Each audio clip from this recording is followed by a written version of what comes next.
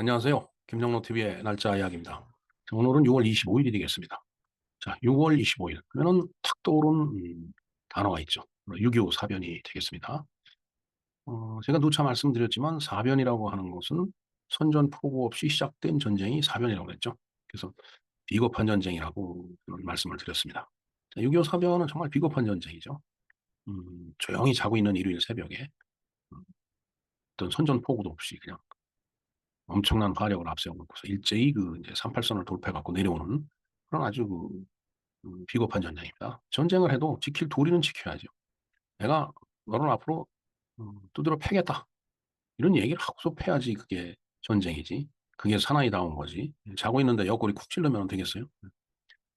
자, 그렇게 시작된 전쟁이 6.25 사변이고, 그 다음에, 어, 우리는 그걸 잊지 말아야 되겠습니다. 그래서, 뭐, 제가 날짜 이야기라는 방송을 늘 하지만은 매번 똑같은 얘기를 하는 것도 참 우습잖아요. 그래서 사실은 여러 가지 이제 변화를 주려고 엄청 노력을 하고 있습니다. 제 자신이. 하지만 6월 25일은 뭐 변화를 줄 필요가 없습니다. 왜냐하면은 상기하자 6.25 이런 이제 표어가 옛날에 있었는데 이 사건은 우리 역사에 있어서 잊어서는 안 될 사건입니다. 수많은 인명이 살상이 됐고 전 국토가 유린이 되고 국민의 재산을 모두 불태우고 한 그런 아주 비겁한 전쟁이기 때문에 우리가 결코 잊어서는 안 됩니다. 이건 뭐 이념 문제도 있지만은 이념을 차치하더라도 정말 사나이의 싸움이 이렇게 비겁해서는 안 된다라는 그런 말씀을 좀 드리고 싶습니다. 자, 그래서 오늘 6.25 사변에 대해서 간략하게 다시 말씀드리고, 내일은, 그, 세계 고문 희생자를 위한 날인가, 그렇죠? 예. 그런가 하면은, 백범 김구 선생이 피살된 날인가, 그렇죠? 예. 백범에 대해서도 정말 우리가 생각해야 될 부분이 많이 이제 있습니다. 자, 오늘은 6.25 사변에 대한 이야기니까 6.25 사변에 대해서 다시 한번 우리가 회상을 하며 결코 잊지 못할 그 내용들을 우리가 다시 한번 상기하는 그런 시간을 갖도록 하겠습니다. 네, 네, 사변. 어, 선전포고 없이 시작하는 비겁한 전쟁이 사변이라고 그랬죠.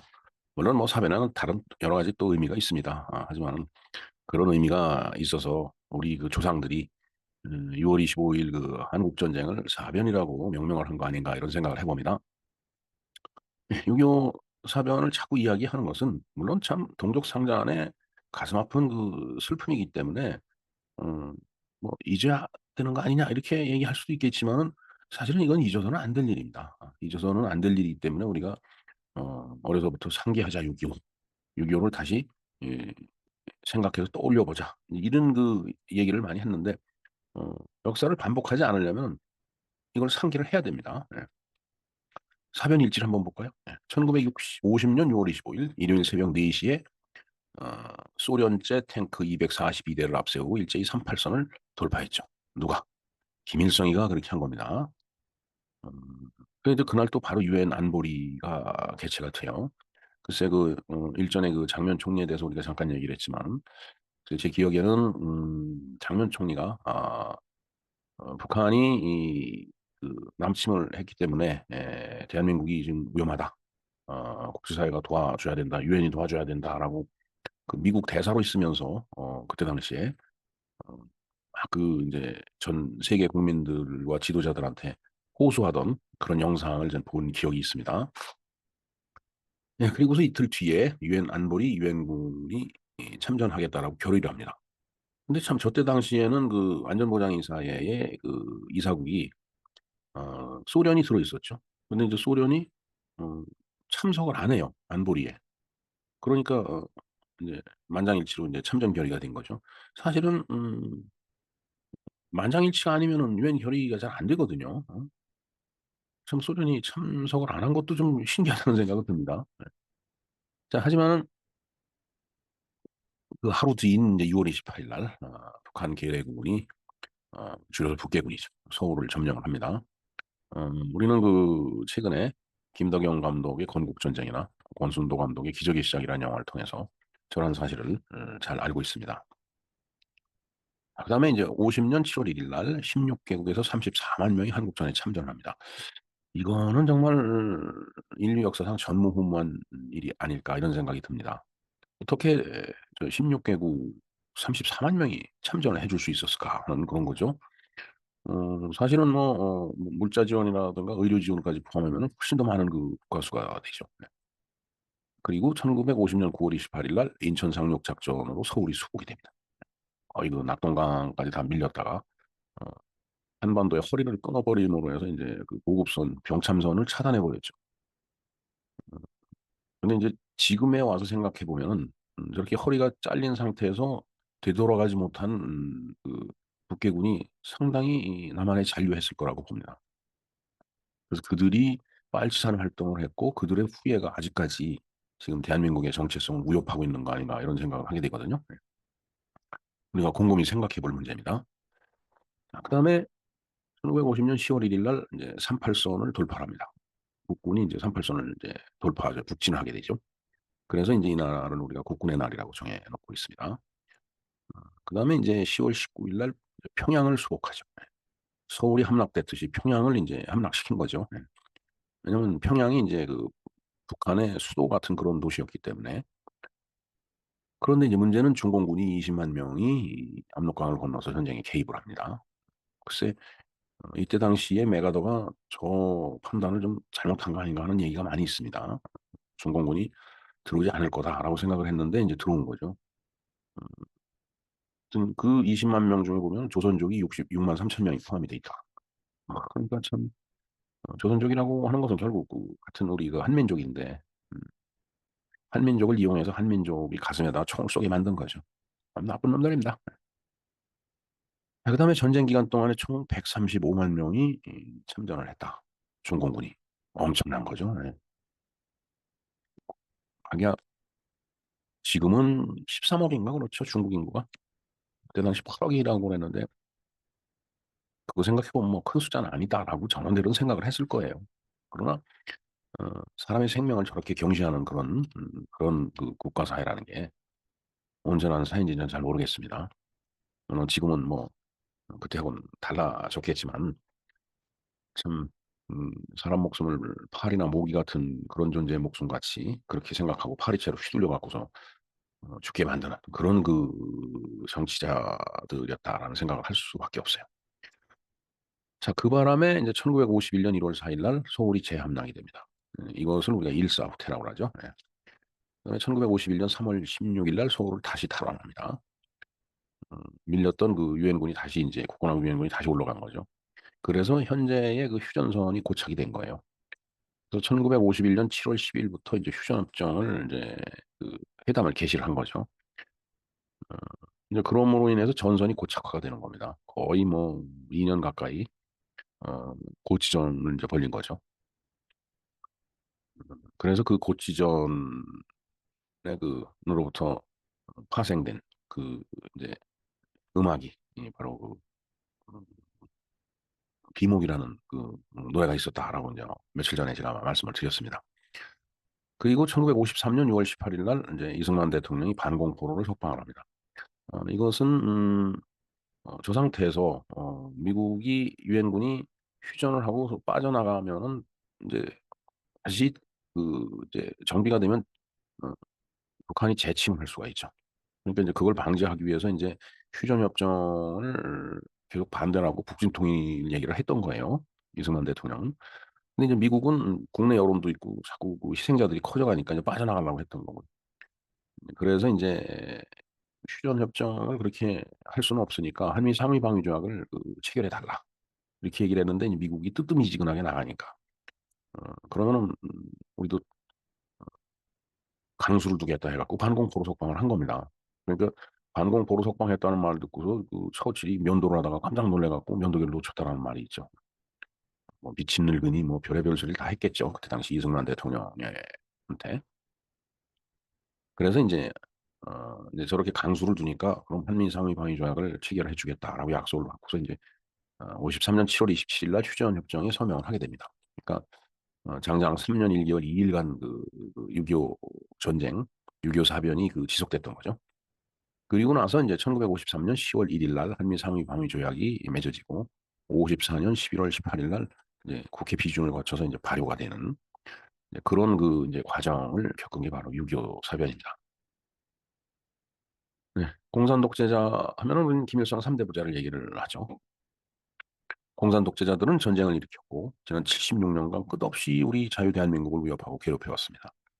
각근 이론을 기반으로 해서 한미일 동맹을 와해시키기 위해서 한결같이 친일이라는 민족적 약점을 적극 활용하여 각근 하나를 끊는 일에 몰두를 해왔던 겁니다. 불행하게도 그러한 이론과 그람시의 진치론을 이 국내에 있는 많은 그 간첩들, 그다음에 자생적 간첩들이 저 이론을 실천한 거예요. 그래서 자유대한민국을 좀 먹듯이 병들게 해왔고 지금 그 병이 많이 진행되어서 대한민국이라는 국가사회가 중증으로 지금 가고 있다고 저는 보고 있습니다. 지진이 나서 땅이 흔들리고 건물이 무너지고 있는데 무너지는 건물 안에서 이것저것을 꽉 잡아야 살 수 있다고 외치는 형국이 바로 오늘의 모습입니다. 어, 일단은 무너짐이 없는 그 개활지로 나가야 되겠죠. 예? 넓은 운동장이라든가 아니면 그런 벌판으로 나가줘야 되는데 그 나갈 생각을 하질 않고 집은 무너져 내리는데 삼풍백화점이 무너져 내려듯이 아, 그 돌기둥 옆에 있으면은 어떻게 살아날 수 있지 않을까 해서 그걸 붙들고 있는 형국이 바로 어, 작금의 우리 대한민국 국가사회 아닌가 이런 생각을 해봅니다. 자, 그런데 이제 더 우리를 슬프게 또 힘들게 만드는 게 있죠. 예. 그건 바로 이런 사태를 수습하고 자유대한민국을 지켜나가야 되는데 그럴 만한 통찰력이 있는 정치 지도자가 보이지 않는다라는 게 문제예요.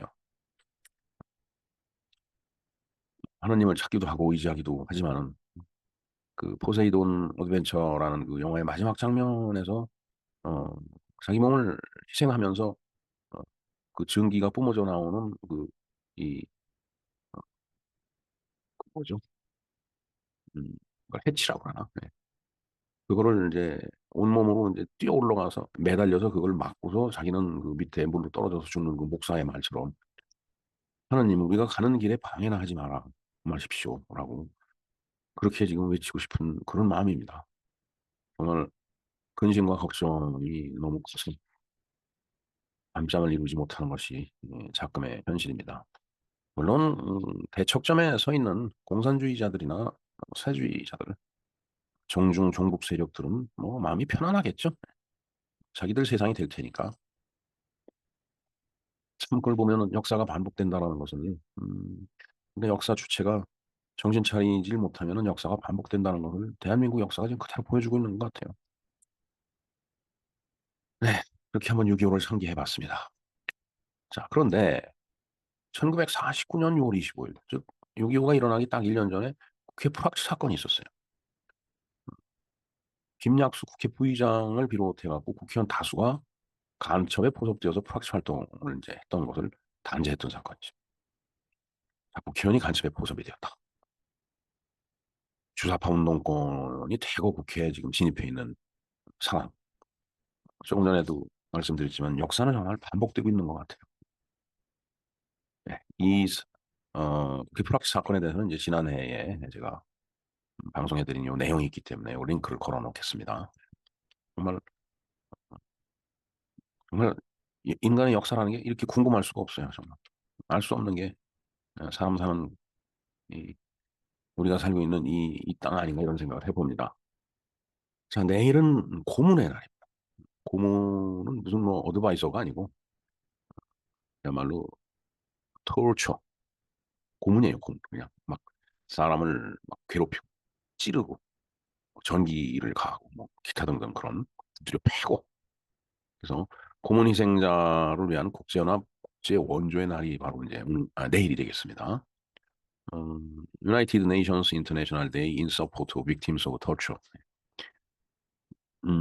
기념일인데 비공휴일이에요. 노는 날은 아닙니다. 1997년 12월 12일 날 이제 그렇게 결정을 해갖고 오늘 6월 26일이 고문 희생자 유엔 국제 원조의 날이다. 이 국제연합 유엔에서 정한 거죠.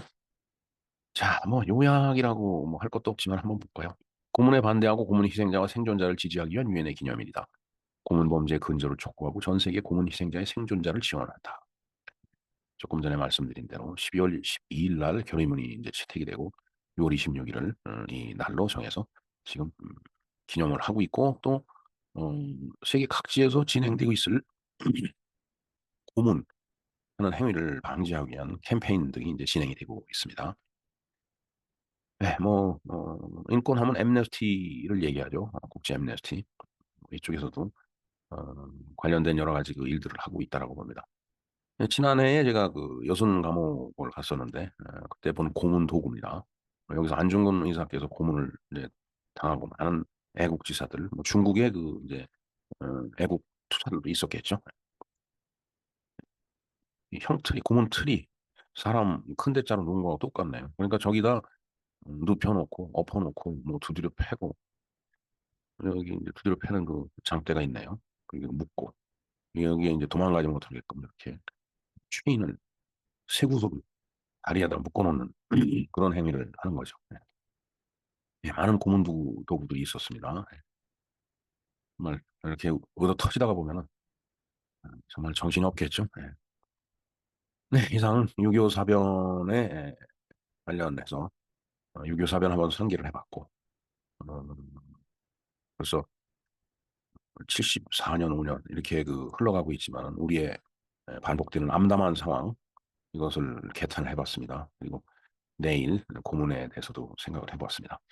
김정로 TV의 날짜 이야기였습니다. 감사합니다.